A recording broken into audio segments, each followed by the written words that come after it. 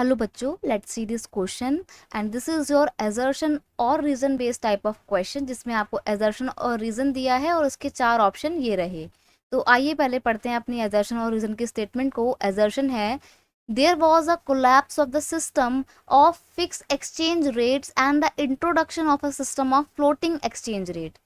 assertion बोलती है कि जो सिस्टम था ना फिक्स एक्सचेंज रेट का, वो कोलैप्स हो जाता है, वो गिर गया है इंट्रोडक्शन होने के बाद फ्लोटिंग एक्सचेंज रेट के। यानी कि जैसे ही फ्लोटिंग एक्सचेंज रेट का इंट्रोडक्शन होता है, वो आता है एग्जिस्ट में, वैसे ही जो सिस्टम था फिक्स एक्सचेंज रेट का, वो कोलैप्स हो जाता है। रीजन दिया हुआ है कि ऐसा क्यों हुआ, सिस्टम कोलैप्स क्यों हुआ। रीजन है from the 1960 the rising cost of its overseas involvement weakened the US finance and competitive strength. It could not command confidence as the world principal currency.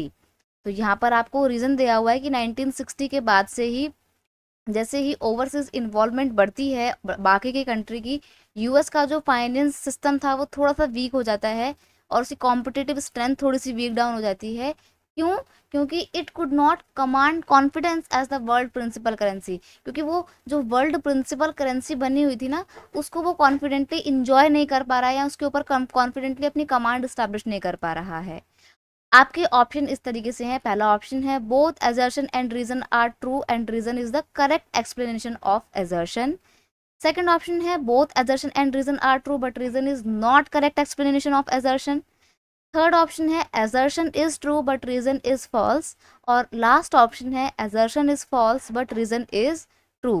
देखो यहाँ पर जो आपको assertion दी गई है ना कि इंट्रोडक्शन जब होता है फ्लोटिंग एक्सचेंज रेट का, इससे फिक्स एक्सचेंज रेट का जो सिस्टम है वो कोलैप्स हो जाता है, ये बिल्कुल सही है। तो एजर्शन आपका ट्रू है। रीजन की अगर हम बात करें, from the 1960s the rising cost of overseas involvement weaken the US finance and competitive strength, ये भी बिल्कुल सही है कि 1960 के बाद से फिक्स एक्सचेंज रेट की वजह फिक्स एक्सचेंज रेट के सिस्टम की वजह से यूएस को लॉस होता है, क्योंकि यूएस का फाइनेंस और कॉम्पिटिटिव स्ट्रेंथ लगातार वीक हो रहा था। क्यों हो रहा था? देखो, जब फिक्स एक्सचेंज रेट का सिस्टम अडॉप्ट किया गया था तो उसमें $1 की जो वैल्यू है वो गोल्ड में फिक्स कर दी गई थी।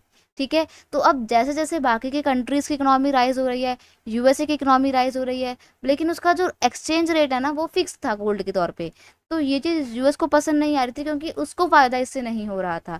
इसीलिए इस फिक्स एक्सचेंज रेट के सिस्टम को चेंज करके नया सिस्टम लाना पड़ा।